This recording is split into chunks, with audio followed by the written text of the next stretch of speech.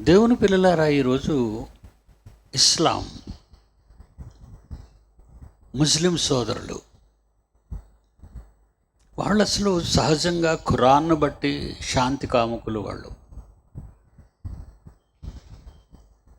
వాళ్ళు చాలా మంచివాళ్ళు. వాళ్ళ ప్రారంభం చాలా మంచిది. కొన్ని మతాలలో మత ఛాందస్యవాదులుగా మారిన వారు ఉంటారు. ప్రపంచవ్యాప్తంగా జరిగే సంబంధాలు చెప్తున్నాను, మన దేశంలో కూడా. ఇకపోతే మన వాళ్ళు కూడా ఎలా తయారయ్యారు? హిందువులు చాలా మంచి వాళ్ళండి. నా చిన్ననాటి నుండి మేము ఎప్పుడు ఉండేది హిందువులు నడుమే. మీరు కూడా ఇంచుమించు మన చుట్టూ హైందవ సోదరులే. మన పండగలకు మనం ఏమిచ్చినా ప్రేమతో స్వీకరించి వందనవచనం చెప్పిన వాళ్ళు హైందవ సోదరులు. నిజంగా విభిన్న జాతుల మధ్య విభిన్న మనోభావాలతో ఉన్న భారతదేశంలో క్రిస్టియానిటీ అటు ఇస్లాం ఎంత చక్కగా ఆదరించబడ్డారో హైందవ సోదరులు కానీ ఇస్లాం సోదరులు కానీ మనతో కలిసి వాళ్ళు జీవించటం నా చిన్నతనం నుంచి చాలా ఇష్టపడేవాడిని. వాళ్ళు కూడా ఎంత చక్కగా మన ఎడల ప్రేమతో ఉండేవాళ్ళు. కానీ మతం అనే దానికి మసిపూశారు. మసిపూసి పిచ్చి పట్టినట్టుగా కొంతమంది వాళ్ళని ఈ మత ఛాందస్యవాదానికి వాళ్ళు లొంగదీశారు. ఈరోజు జరుగుతున్న ప్రపంచ చరిత్ర కరెంట్ అఫైర్ మీకు చెప్తున్నాను. హిందువు గురువులు వాళ్ళు చాలా మంచి వాళ్ళండి. ప్రేమను గురించి మాట్లాడేవాళ్ళు. చిన్న జిఆర్ కానివ్వండి, పెద్ద జిఆర్ కానివ్వండి, వాళ్ళు ఎంతో చక్కగా సానుభూతితో ప్రేమతో ఒక మాట కూడా మనకు అనకుండా వాళ్ళు చాలా కాలం మనల్ని భరించారు. వాళ్ళు ఒక మాటలో చెప్పాలంటే నా 70 ఏళ్ల వయసులో. అలాగే ఇస్లాం సోదరులు వాళ్ళ గురువులు వాళ్ళు కూడా ఎంతో ప్రేమగా మన ఏళ్ళ ప్రవర్తించారు.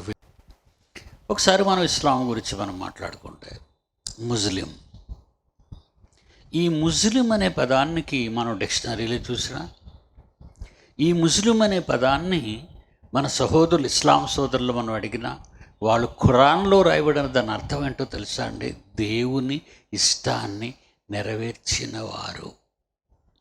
ముస్లిం అంటే దేవుని ఇష్టాన్ని నెరవేర్చినవాడు. మరి వాట్ అబౌట్ క్రిస్టియన్?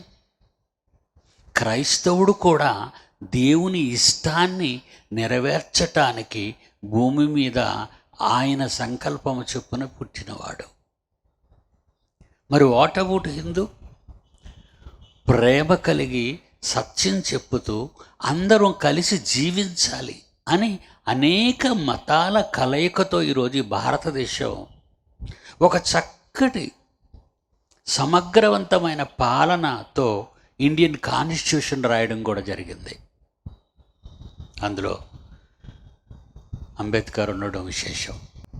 అంబేద్కరే లేకపోతే ఈరోజు ఈ సామ్యవాదం, మత స్వాతంత్ర్యం ఈ దేశంలో ఉండేది కాదు.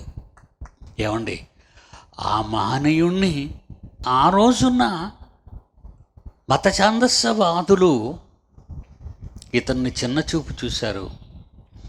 వీళ్ళు రాసిన రాజ్యాంగాన్ని వాళ్ళే గౌరవించలేదని సహించలేకపోయాడు వాళ్ళు.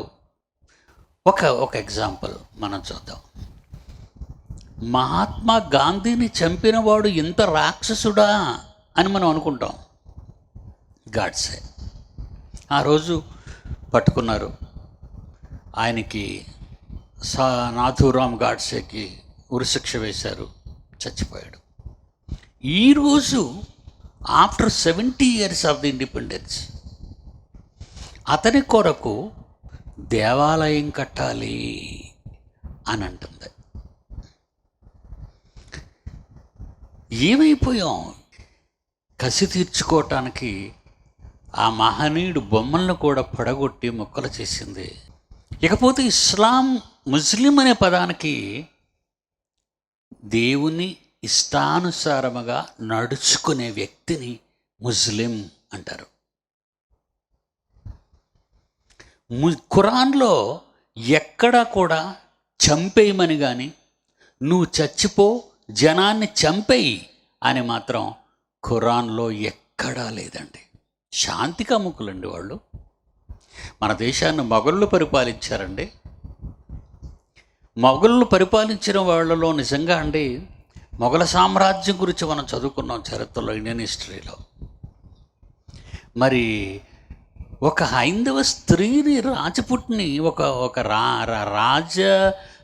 రాజరికపు వ్యవస్థలో ఉన్న ఒక క్షత్రియుల ఒక అమ్మాయిని ఆయన చేసుకున్నాడు. ఆయన అక్బర్. అంటే మనతో బంధాలను ఏర్పాటు చేసుకోవాలనే కదా, హైందవులలో కలిసిపోవాలనే కదా. హైందవులుగా, ఇస్లాంగా, క్రైస్తవులుగా అప్పటికే దేశంలో చాలామంది ఉన్నారు. ఆయన కూడా మొఘలుల పాలనలో కానివ్వండి, ఇస్లాంకు సంబంధించినటువంటి ఇస్లాం సోదరులు ఎంతమంది రాజులు పరిపాలించినా వాళ్ళ చరిత్ర పుటల్లో ద్రోహబుద్ధి లేదండి, ఎవరో ఒకరిద్దరికి తప్ప. కానీ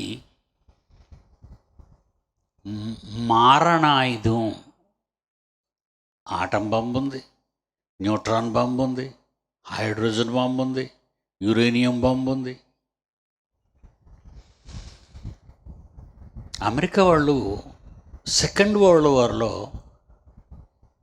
యుద్ధం చేసేటప్పుడు జపాన్ ఎగెనిస్ట్గా ఉంది అమెరికాకి. అప్పుడు అమెరికా ప్రయోగించిన బాంబు, ఒకసారి లైట్స్ ఆపు నాయన, ఒకసారి ఆ బాంబు చూడండి.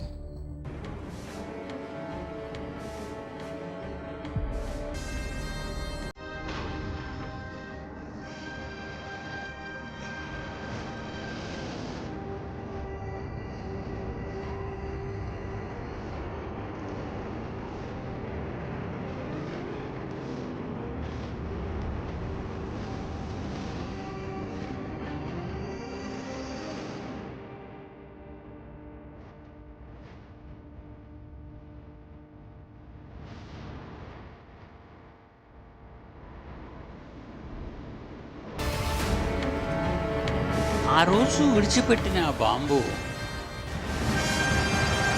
చాలా చిన్నదండి. వేల మంది చచ్చిపోయారు. About 2 lakhs శవాలుగా మారిపోయారండి. తెల్లవారి బడికెళ్తున్న టైం, ఆడవాళ్ళు భర్తలకు వంట చేసి టిఫిన్స్, క్యారేజెస్ కట్టే టైం అది. పాల ప్యాకెట్లకు, ముసలి వాళ్ళు పాల ప్యాకెట్లు తేవడానికి షాపులకు వెళ్ళే ఉదయం సుమారు 8 o'clock, ఉదయాన్నే 8 గంటలకి. ఎంత కసాయిగా అమెరికా ప్రవర్తించింది అంటే సెకండ్ వరల్డ్ వార్లో తమతో సహకరించడం లేదని, తమతో యుద్ధం చేయటానికి, తమతో కలిసి ఉండలేదు.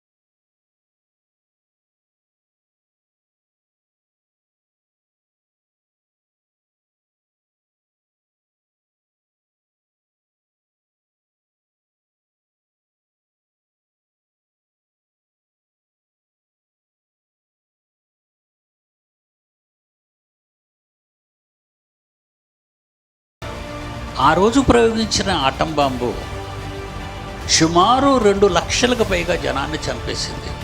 చూడండి, జీరోలో ముందు చూస్తుంటే యారో జీరోకి వచ్చింది. ఆ రోజు జీరో సైజులో ఉన్న జపాన్ దేశంలో నాగసాకి, హిరోషిమా మీద ప్రయోగించిన బాంబులు జీరో. చూడండి, ఆ టేబుల్లో అడుగున జీరో ఉంది. చూడండి, అడుగున జీరో. ఇప్పుడున్న బాంబు ప్రపంచ దేశాలలో రష్యా దగ్గర ఉన్న అతిపెద్ద భయంకరమైనటువంటి మారణాయుధం 55,000 రెట్లు. జీరో ఎక్కడ, 55,000 రెట్లు అంత బలమైన ఆయుధాలు. మరి ఈరోజు ఆ నెంబర్ 1 ఆ వెపన్ మాత్రం అది, ఆ బాంబు రష్యా వాళ్ళ దగ్గర ఉంది. అది ఒక్కటి చాలండి ప్రపంచంలో ఈ సగాన్ని ఆ సగాన్ని సర్వనాశనం చేయగలిగినటువంటి అతి భయంకరమైన బాంబు. ఆ రోజు వాళ్ళు ఉపయోగించింది జీరో అండి, చాలా చిన్నది. అంటే అక్కడ మ్యాప్లో కూడా ఆ బాంబు సైజు వేయడానికి కూడా కొలతలు లేవు. అంటే చీమ తలకాయ లాంటిది అనుకుంటే రష్యా దగ్గర ఉన్నటువంటి ఆ భయంకరమైన బాంబు 55,000 రెట్లు పెద్దది. మనం ఎవరో ఉండవండి, ఇంకా మాడిపోతాం. ఏంటండి బాంబులు అనుకుంటున్నారు కదా, ఎందుకు ఇవి చేశారు అనుకుంటున్నారు కదా. ఈరోజు నేను ముస్లింని అని చెప్పుకునే వాళ్ళు దేవుని ఇష్టాన్ని నెరవేర్చిన వాడు భూమి మీద, అది ఖురాన్ చెప్పిన భాష్యం. దేవుని ఇష్టాన్ని నెరవేర్చే శాంతి కాముకుడుగా ఉండవలసినటువంటి ఇస్లాంలో ఎందుకు ఉగ్రవాదం పుట్టింది? ఈ ఉగ్రవాదం వలన వచ్చే లాభం ఏంటి? వాళ్ళలో అనేక మంది బోధకులు, వాళ్ళని ఏమంటారు, వాళ్ళని ఇస్లాంలో వాళ్ళని ఏమంటారు, గురువులు అందాం వాళ్ళని.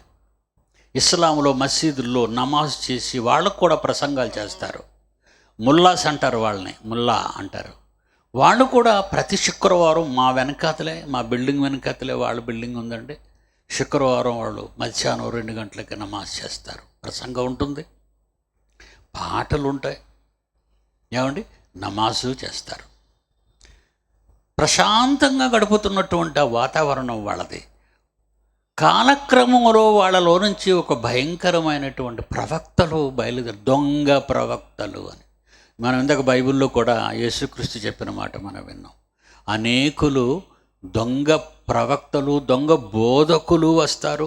చివరికి నా పేరు చెప్పుకొని క్రీస్తు ఇదిగో ఇక్కడున్నాడు అక్కడున్నాడు నా గురించి కూడా రాంగ్ ఇన్ఫర్మేషన్ ఇస్తారు ప్రజలకి అని యేసుప్రభు కూడా చెప్పాడు. మీరు ఇందాక చదువుకున్నారు. ఈ ముల్లాలలో చరిత్ర పుటలు తిరగేస్తుంటే కొంతమంది అబద్ధికులైన ముల్లాలు వచ్చేసారు ఇస్లాంలోకి. వాళ్ళు దేవునికి ఇష్టమైన వాడుగా ఉండాలి. ఇస్లాం ఖురాన్లో దేవుని ఇష్టాన్ని భూమి మీద నెరవేర్చేవాడై ఉండాలి. దట్స్ మీనింగ్ ముస్లిం. ముస్లిం అనే పదానికి అర్థం ఏంటంటే దేవుని ఇష్టాన్ని నెరవేర్చటానికి వచ్చినవాడు. అంత మంచి పేరు కలిగిన వాళ్ళు దేవుడు అంటే ఇప్పుడు ప్రపంచంలో ఉన్న ప్రజలందరూ దేవుని పిల్లలే అయితే, ప్రపంచంలో ఉన్న నరజాతి అంతా దేవుని పిల్లలైతే దేవుని పిల్లల్ని చంపేయటానికి వచ్చావా?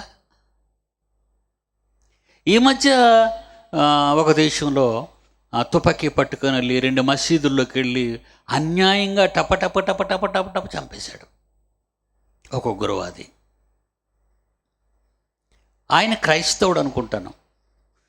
దీనికి పగపట్టినటువంటి ఐఎస్ఐ తీవ్రవాదం టోటల్ ప్రపంచవ్యాప్తంగా ఈ తీవ్రవాదుల దృష్టికి ఇది వెళ్ళగానే శ్రీలంక మీద ఎలా ప్రవర్తించారో చూడండి. అది మీరు చూశారు.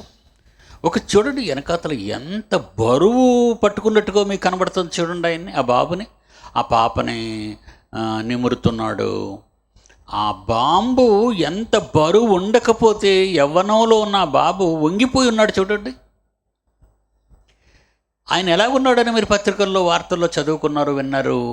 చాలా చక్కగా ఉన్నాడు, నిండుగా ఉన్నాడు, ఆనందంగానే ఉన్నాడు, ఏ చింత లేనివాడుగా కనబడుతున్నాడు. అది శ్రీలంకలో ఆ పట్టణంలో అతిపెద్ద సంఘం. చాలా వంగిపోయి నడుస్తున్నాడు చూసారా. వంగిపోయి అంటే ఎన్ని కేజీలు బరువైన మారణాయుధాన్ని మోస్తున్నాడో మీరు ఆలోచించండి. చూసారా ఎలా వంగి తిన్నగా ఒక యవనస్తుడైన ఒక యువకుడు ఎలా నడిచి వెళ్తాడు, స్ట్రైట్గా నడిచి వెళ్తాడు. కానీ వంగిపోతున్నాడు చూసారా. మన పిల్లలు బడికి వెళ్ళేటప్పుడు పుస్తకాలు పట్టుకొని బరువు మొయ్యలేక ఎలా వంగిపోయి ఉన్నాడు చూసారా. అంటే అక్కడున్న వాళ్ళందరూ చచ్చిపోవాలి, అది ఎలాంటి నిర్మాణమైనా పగిలిపోవాలి. చూడండి, ఇప్పుడు చర్చిలోకి ఎంటర్ అవుతున్నాడు. అదిగోండి వచ్చాడు చర్చిలోకి. దేనికి వస్తున్నాడు? తాను చచ్చిపోవటానికి, చర్చిలో ఉన్న వాళ్ళందరినీ చంపేయటానికి. అందరూ ఫాదరు ప్రసంగం చేస్తున్నాడు, వాళ్ళ చంపేయండి వీళ్ళు చంపేయండి అంటే. ఇప్పుడు మన క్రైస్తవులు ఎంత మంచి వాళ్ళు అంటే, శత్రువునైనా ప్రేమించేవాళ్ళు, శత్రువుల కొరకు ప్రాణం పెట్టేవాళ్ళు, శత్రువులను ప్రేమించేవాళ్ళు. క్రిస్టియానిటీ అన్ని మతాలలో కూడా ఈ ప్రేమతత్వం అనేది బోధించకుండా ఏ గురువులు లేరు. కానీ వీళ్ళకి బోధించిన గురువు చంపేయి, ఈ చావు వాళ్ళని చంపేయి, నువ్వు చావు అలా చంపేయి. ఏమంటే యవ్వన దశలో ఉన్న పిల్లాడు ఎంత దారుణంగా పేలాడు చూసాడు. జనాల మధ్యలోకి వెళ్ళి అక్కడ కూర్చుంటాడు. యారో మార్కు కదులుతుంటుంది చూడండి, ఆ వ్యక్తిని గమనించడానికి. ఫ్రంట్కి వచ్చేసాడండి, అడుగో అక్కడ కూర్చున్నాడు. అంతేనండి, పేలింది. ప్రపంచం అంతా విస్తుపోయిందండి.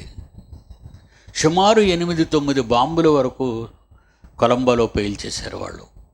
359-60 మంది చనిపోయారు. ఇంకా 400 మంది వరకు ఇంకా ఆసుపత్రుల్లో ఉన్నారు. ఏంటి వీళ్ళ బాధ? వీళ్ళ బాధ ఏంటి? మారణాయుధాన్ని చేసుకోవడం ఏంటి?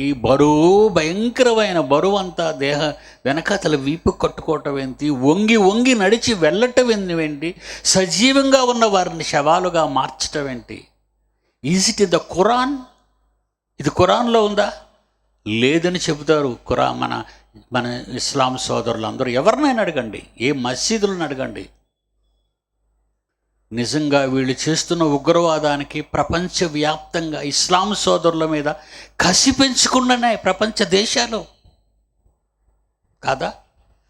ఇస్లాం సోదరులకి, క్రైస్తవ సోదరులకి మధ్య కసి, పగ. ఇస్లాం సోదరులకి, హైందవ సోదరులకి మధ్య పగ. జాతుల మధ్య పగలు, దేశాల మధ్య పగలు, రాష్ట్రాల మధ్య పగలు, రాజకీయాల మధ్య పగలు, కుటుంబాల మధ్య పగలు. నరుకోవటమే కదండి. రాయలసీమ చూస్తే నరుకోవటమే. ఫ్యాక్షనిజం, చేతులు నరికై, తల నరికి, ఏదో పట్టింది కదండి వీళ్ళకి. వీళ్ళని ఏదో ఆవహించింది, అది వాళ్ళకి తెలియటం లేదు. కానీ ఈ బాంబులు కట్టుకున్న వాడు నినాదం ఏంటో తెలుసా? జిహాద్. నీకు కనబడని శత్రువుతో యుద్ధం చెయ్యు, నా రాజ్యాన్ని నిలబెట్టు, నా అధికారాన్ని ప్రపంచంలో ఉంచు. అదండి జిహాద్కి పరమార్థం. జిహాద్ అనే పదానికి అర్థం ఏంటో తెలుసా? నా గురించి ప్రపంచంలో నిలబడు, నన్ను మహిమపరిచేటట్టుగా మానవ జాతిని మార్చు, నీ ప్రేమ చూపించు జనం మీద. అంటే తాను చచ్చిపోతూ ఎదుటివాడిని చంపేయమన్నాడు అని చెప్పి పవిత్ర యుద్ధం అని దానికి పేరు పెట్టేశారండి. పవిత్ర యుద్ధమా? ఒక మనిషిని చంపుతుంటే వాడు రక్తంతో కొట్టుకుంటుంటే ఇది పవిత్ర యుద్ధం ఎలా అవుతుందండి? ఇది ఇస్లామైన వ్యక్తికి ఒకటే దేవుడు, క్రైస్తవులైన మనకి ఒకటే తండ్రి, హైందవ సోదరులకి అందరికీ ఒకరే తండ్రి, ప్రపంచ మానవాళికి ఒకే తండ్రి. కానీ ఈరోజు ప్రపంచం ఎలాగుందో తెలుసా? ఈరోజు ప్రపంచం ఎంత దారుణంగా మారిపోయిందో ఒక్కసారి చూడండి. ఉగ్రవాదం ఎంత భయంకరంగా మారిపోయిందో చూడండి. అంటే మనుషులు చంపుకుంటున్నారు. దేవుడు చెప్పింది ఏంటి? ఇస్లాము దేవుడైనా, క్రైస్తవుల దేవుడైనా, హైందవుల దేవుడైనా అందరికీ తండ్రి ఒక్కరే అయితే ఆ ఒక్క తండ్రి అన్న మాట ఏంటంటే ప్రపంచ ప్రజలందరూ 760 కోట్ల మంది ఆ తండ్రికి పిల్లలైతే ఆ పిల్లల్ని చంపుకోమన్నాడా, నరుక్కోమన్నాడా? ఏ దేవుడు కూడా చంపమని చెప్పలేదు. వాళ్ళు నమ్ముకున్న గ్రంథాల్లోనే జనాన్ని కాపాడమన్నారు.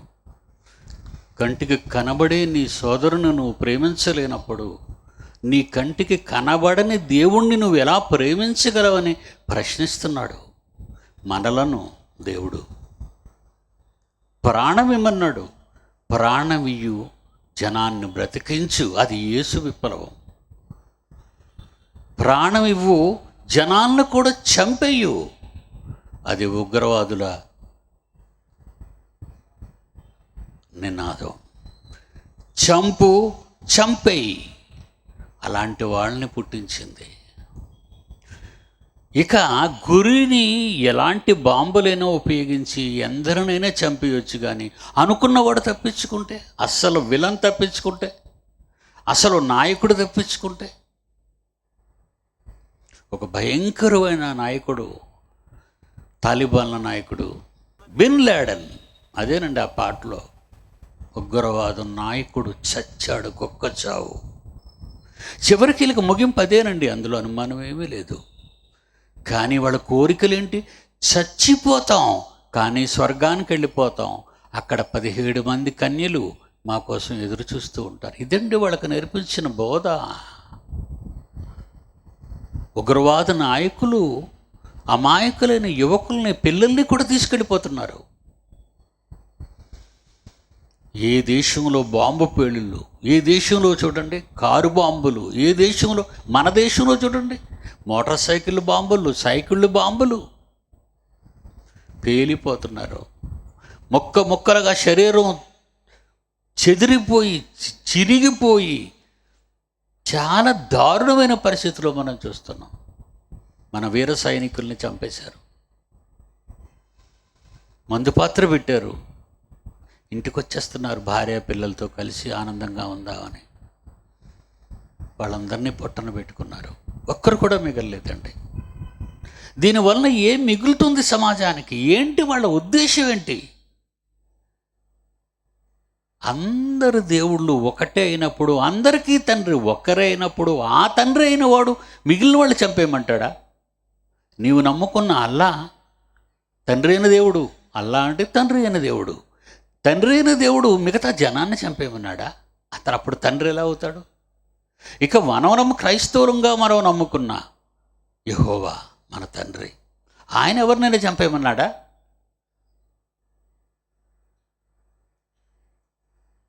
ఇక హైందవులు నమ్ముకున్న దేవుడు ఎవరినైనా చంపేయమన్నాడా? తండ్రిగా ఉన్నవాడు అందరూ, రాముడైనా కృష్ణుడైనా ఎవరైనా వాళ్ళు ఎందరి గురించి, ఒక యేసుక్రీస్తు అయినా ఒక అహమ్మద్ అయినా వీళ్ళంతా తండ్రిని గురించి చెప్పారు.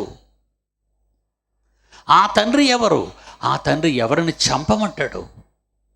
తప్పు చేసిన వానికి శిక్ష విధించేది దేవుడు అవుతాడే తప్ప, తండ్రి అయిన దేవుడు అవ్వాలే తప్ప మీరెవరు శిక్ష విధించటానికి?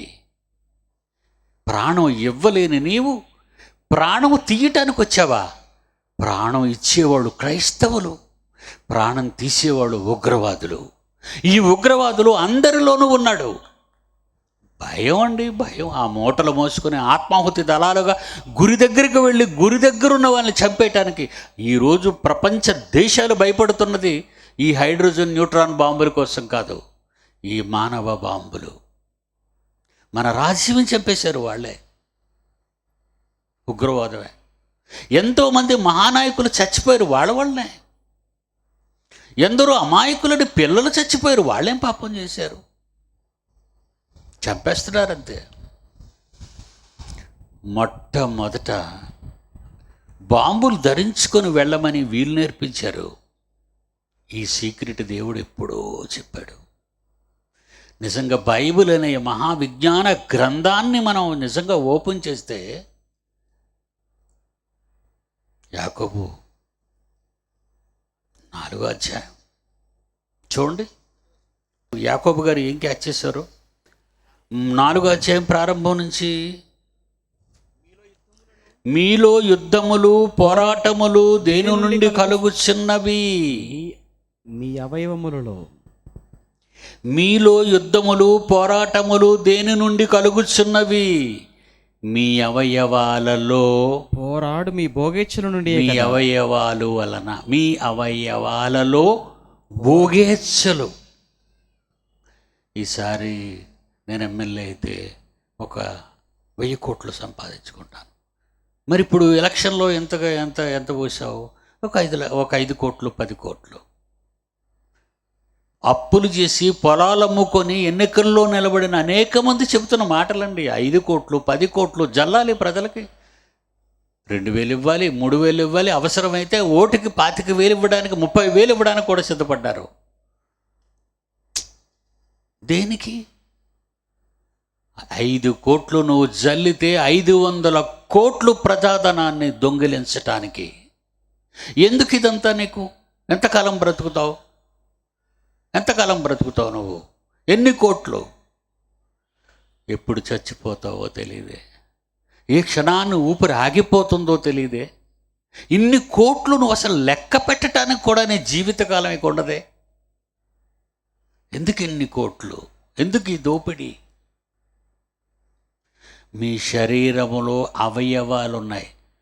శరీరములో ఉన్న ప్రతి అవయవము దేవుని ఆకారం, దేవుని శరీరంలో ఉన్నాము. మనం అవయవాలంగా ఉన్నాం. ఆ శరీరంలో శిరస్సుగా క్రీస్తు వారు ఉన్నారు. క్రీస్తే శిరస్సు అయితే దేహములో ఉన్న అవయవాలన్నీ కనబడినవి కనబడనివి దేహంలో పనిచేస్తేనే పని జరుగుతుంది. అవి ఎందుకు పనిచేస్తున్నాయో తెలుసా? నీ దేహంలో ఉన్న అవయవాలన్నీ ఎందుకు పనిచేస్తున్నాయి? నీ తండ్రి ఇష్టాన్ని నెరవేర్చటానికి నీ అవయవాలను బిగించిన తండ్రికి నీ అవయవాల ద్వారా పని జరగాలి. ఎందుకు ఇచ్చాడు కాళ్ళు? ఎందుకు ఇచ్చాడు చేతులు? దేనికి ఇచ్చాడు ఈ అవయవాలన్నీ? దేనికి ఇచ్చాడు ఈ అవయవాలన్నీ? ఆడుకోవడానిక? చంపుకోవటానిక? ఆడుకోవడానిక? చంపుకోవడానిక? రోమపత్రిక 6వ అధ్యాయం 12-13 వచనాలు చూడండి, మీకు అనుమానం అయితే. కాబట్టి రోమపత్రిక 6వ అధ్యాయం 12-13 వచనాలు. శరీర దురాశలకు లోబడినట్లుగా, శరీర దురాశలకు లోబడినట్లుగా చావునకు లోనైన మీ శరీరాన్ని పాపమును ఏలనియ్యకుడి. పాపమును ఏలనివ్వకండి. ఎవరో ఆవహించారు అవయవాల్ని. మీ అవయవములను దుర్నీతి సాధనములుగా, దుర్నీతి తప్పుడు పనులు చేయటానికి పాపమునకు అప్పగింపకుడి. పాపానికి అప్పగించకండి. ఎక్కడుందట? 7వ అధ్యాయం, రోమపత్రిక 7వ అధ్యాయం 23వ వచనం చూడండి ప్రియులారా. వేరొక నియమము. ఎప్పుడో సాతాను మానవ ఆకారంలో బాంబును బిగించాడు. మానవ బాంబులను ఈరోజు నువ్వు చెప్తున్నావు. ఏదేను వనంలో మానవ ఆకారంలో మానవ అవయవాలలో బాంబును బిగించాడు. ఎప్పుడైతే బాంబును బిగించాడో అవ్వ చెట్టు కాసి చూసింది. అది చెప్పగానే ఎలా కనబడుతుందట? తినొద్దన్న పండు, దేవుడు తినవద్దన్న ఫలం ఎలా కనిపిస్తుందట? అవ్వ కళ్ళుకి అవయవాలకు ఎలా కనిపిస్తుందట? అది రమ్యమైనది, కనులకు అందమైనవి. ఎక్కడ ప్రారంభమైందండి? అసలు ఇంతకీ బాంబును అవయవాలలో అమర్చింది ఎవరో? బిన్ లాడెనా? ఏమండి? ఉగ్రవాదుల? వీళ్ళందరి నాయకుడు ఒకడు ఉన్నాడు. వీళ్ళందరికీ ఒక నాయకుడు ఉన్నాడు. నరసంహారం జరగాలి. ఎందుకు అబ్బా జరగాలి? మాకు రాని పరలోకం నీ పిల్లలకిస్తానన్నావు గనుక వాళ్ళు ఎలా వస్తారో పరలోకం నేను చూస్తాను. వాడే ఉగ్రవాదండి, యూనివర్సల్ విలన్. Universal villain. అవయవాలు ఎందుకు ఇచ్చాడు నీకు? తన ఇష్టాన్ని నెరవేర్చటానికి తాను చేశాడు తన చేతులతో నీ దేహాన్ని. మనుష్యుడెవడూ చేయలేడు దాన్ని. దేవుడే నేలమంటితో నరును నిర్మించి నీ చేతులే నా అవయవ నిర్మాణము చేసినప్పుడు, ఇవన్నీ బైబిల్లో మాటలండి. ఆయన చేసిన అవయవాలను, ఆ అవయవాలలో వీడు బాంబులు బిగించాడు. వేరొక 7:23 రోమపత్రిక, వేరొక నియమము నా అవయవములలో ఉన్నట్టు నాకు కనబడుచున్నది. ఏమండి, ఇది బిన్ లాడెన్ గాడికి తెలీదు, ఉగ్రవాదుల్లో ఎవడికి తెలీదు.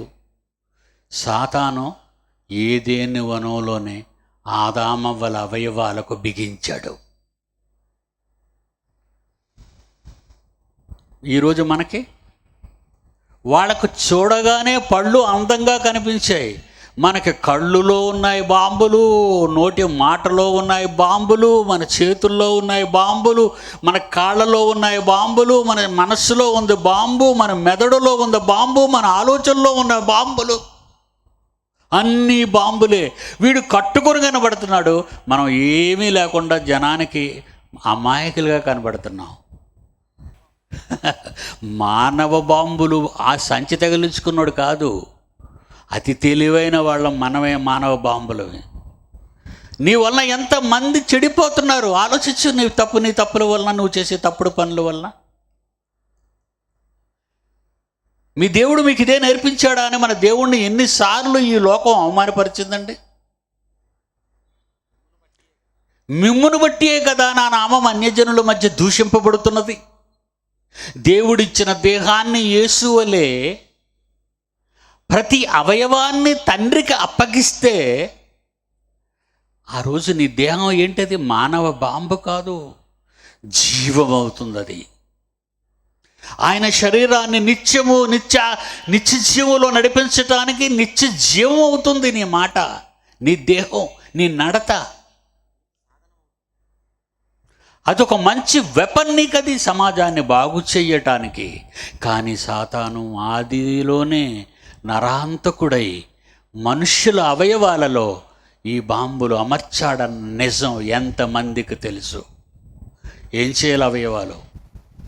అన్ని అవయవాలు పుష్కలంగా ఆరోగ్యంగా ఉన్నప్పుడు ఈ అవయవాల్ని మారణాయుధాలుగా ఎందుకు మారుస్తున్నారు? మానవ బాంబులుగా ఎందుకు మారిపోతున్నారు? సాతాను మానవ జీవితాలతో ఆడుకుంటున్నాడు.